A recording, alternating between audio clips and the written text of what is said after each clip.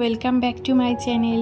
কেমন আছেন আপনারা সবাই? আশা করছি আপনারা সবাই খুব ভালো আছেন আর সুস্থ আছেন, আর আমরাও মোটামুটি ভালোই আছি। তো এখন বাজে ঘড়িতে সকাল 6:30। আসলে আমি আজকে উঠেছি 6টা নাগাদ, তারপরে এই ফ্রেশ হয়ে কাজে লেগে পড়েছি সকাল 6:30 থেকে।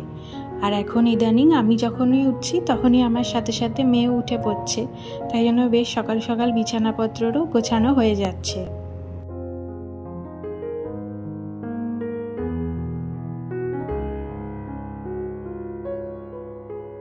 আর এখন যে সকাল সকাল জানলার দিকে তাকালে কেউ বলবে না এত রোদের তেজ। সকালবেলা থেকেই রোদ্দুরটা এমন উঠছে পুরো একেবারে ঘেমে স্নান করে যাওয়ার মতো। আর বেলা বাড়লে তো আরোই, এত গরম বেড়েছে যে আর কিছু বলার নেই।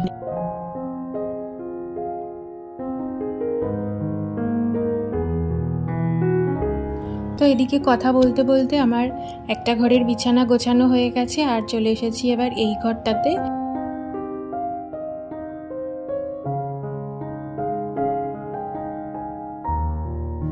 এই ঘরটাতে শোয়া হয় না, কিন্তু এই ঘরটা প্রত্যেক দিনই আমি সকালবেলা উঠে ভালো করে পরিষ্কার করে রাখি। বিছানা চাদর টেনে টুনে বালিশ টালিশ ঠিকঠাক করে রেখে দিই।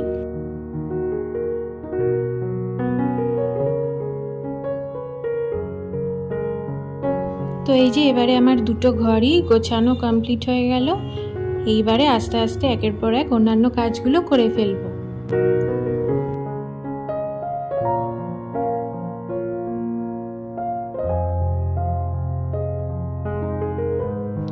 আর এবারে এই যে ঘরের ফার্নিচারগুলোকে ভালো করে ডাস্টিং করে নেব, কারণ এই ডাস্টিং করতে না অনেক সময় লেগে যায়, আর প্রত্যেক দিন এই কাজটা করতেই আমার সবথেকে বেশি দেরি হয়, কারণ ভালো করে ডাস্টিং করতে গেলে না অনেকটাই সময় লেগে যায়।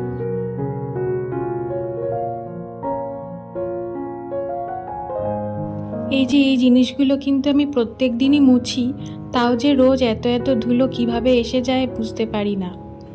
রেগুলারই মোছা হয়, রেগুলারই এত এত করে ধুলো বেরোয়। আসলে রাস্তার ধারে ঘর হওয়ার জন্য এরকম হয়, তাছাড়া আবার সামনে মাঠও আছে, আর বেশ অনেক দিন ধরে ভালোভাবে বৃষ্টি হয়নি, তাই জন্য এরকম আরও বেশি ধুলো উঠছে। আর এই যে এবারে নিয়ে নিয়েছি আমার ব্রেকফাস্ট।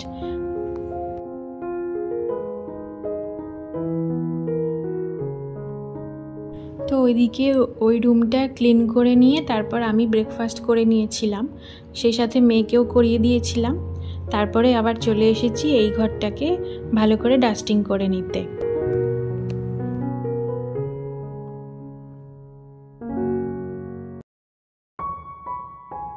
তো এই যে এবারে মোটামুটি ঘরের সমস্ত ফার্নিচারগুলো এবারে ঝাড়াঝুড়ি কমপ্লিট করে তারপরে ঘরটাকে এবারে ভালো করে ঝাঁট দিয়ে নেব।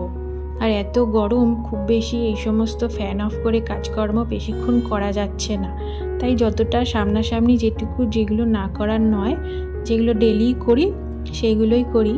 বেশ ভালো করে সমস্ত জিনিস সরিয়ে খুব একটা ভালোভাবে পরিষ্কার করা হচ্ছে না, কারণ এত গরম পড়েছে, ওই সমস্ত কাজ এই গরমে এত করাই যাচ্ছে না।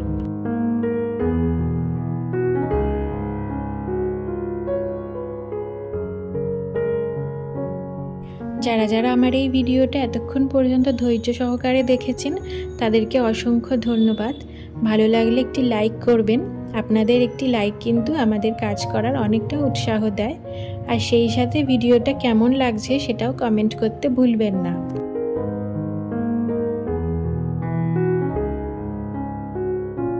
আর এই রকম ভিডিও যদি আরও দেখতে চান, চাইলে চ্যানেলটি সাবস্ক্রাইব করে আমার পাশে থাকতে পারেন। আর যারা যারা চ্যানেলটি অলরেডি সাবস্ক্রাইব করে দিয়েছেন তাদেরকে অসংখ্য ধন্যবাদ।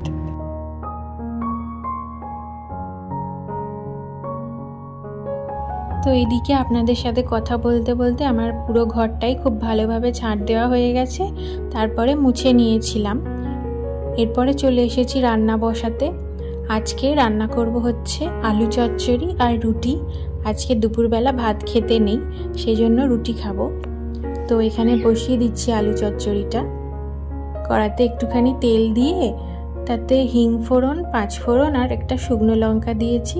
তারপরে এই যে আলু কেটে রেখেছিলাম সেটা এবার দিয়ে দিলাম, আর পরিমাণ মতো নুন দিয়ে ভালো করে চাপা দিয়ে বসিয়ে দিলাম। আলু চচ্চড়িতে আমি মিষ্টি দিই না।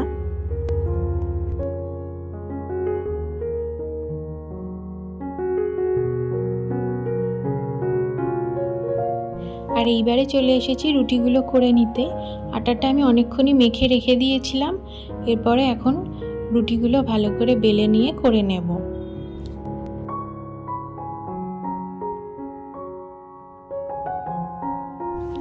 আর এখন আমি এরকমভাবে চাটুতেই রুটিটা সেঁকে নিই, পুরোপুরি ডাইরেক্ট ফ্লেমে সেরকমভাবে আর দিই না।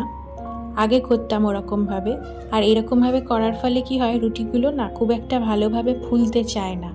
প্রথম রুটিটা তো কোনো দিনই আমার ঠিকভাবে ফোলে না, তারপরেরগুলো আস্তে আস্তে এক একটা ফোলে না।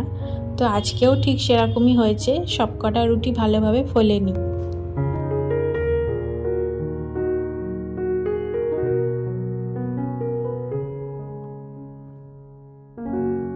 এই যে বেশ কয়েকটা রুটি করার পরে এই রুটিটা ভালোভাবে ফুলেছে।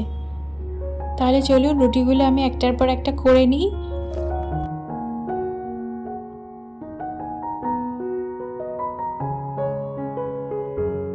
আজকে রান্না বান্নার তেমন ঝামেলা ছিল না, কিন্তু ঝামেলা না থাকলে কি হবে, এই যে রুটি করার পরে কিন্তু গ্যাস, রান্নাঘর আরও বেশি যেন নোংরা হয়।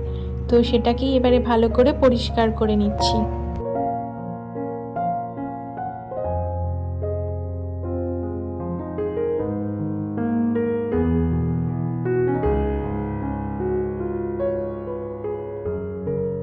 তো এই যে রান্নাঘরটার স্ল্যাবটা ভালো করে পরিষ্কার করে নিয়ে গ্যাসটা ভালো করে মুছে নেওয়ার পর চলে এসেছি এবারে যেটুকু বাসন বেরিয়েছিল, আজকে খুব একটা বেশি বাসন পড়েনি, তো সেটাকে এবারে মেজে নিচ্ছি।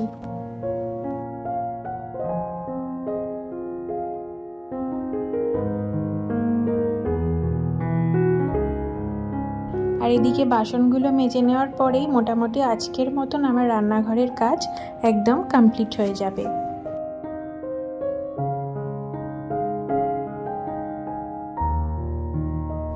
তো আমার গত ভিডিওতে অনেকেই কমেন্ট করে জানিয়েছেন যে আপনাদের ভিডিওটা ভালো লেগেছে, তো তার জন্য আপনাদেরকে অসংখ্য অসংখ্য ধন্যবাদ আমার ভিডিওগুলো ধৈর্য সহকারে দেখেছেন বলে।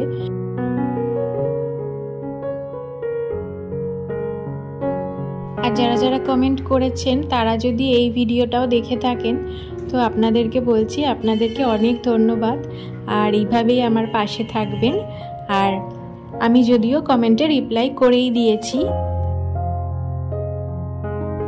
তো আজকে লাঞ্চ মেনু হচ্ছে আলু চচ্চড়ি আর রুটি, আর সেই সাথে একটু মিষ্টি হলে ভালো হতো, কিন্তু মিষ্টিটা খাওয়া একটু কমানোর চেষ্টা করছি। তো এখানে সেই জন্য একটুখানি খেজুরের গুড় নিয়ে নিয়েছি।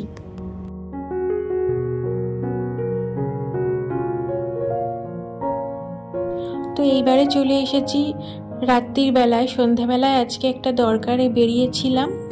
তো সকালবেলা এবং বিকেলবেলা যে সমস্ত জামা কাপড়গুলো কাচা ধোয়া হয়ে গেছিলো, তো সেগুলো সব শুকিয়ে গেছিলো, এত হাওয়া আর এত রোদের তাপ ছিল আজকে।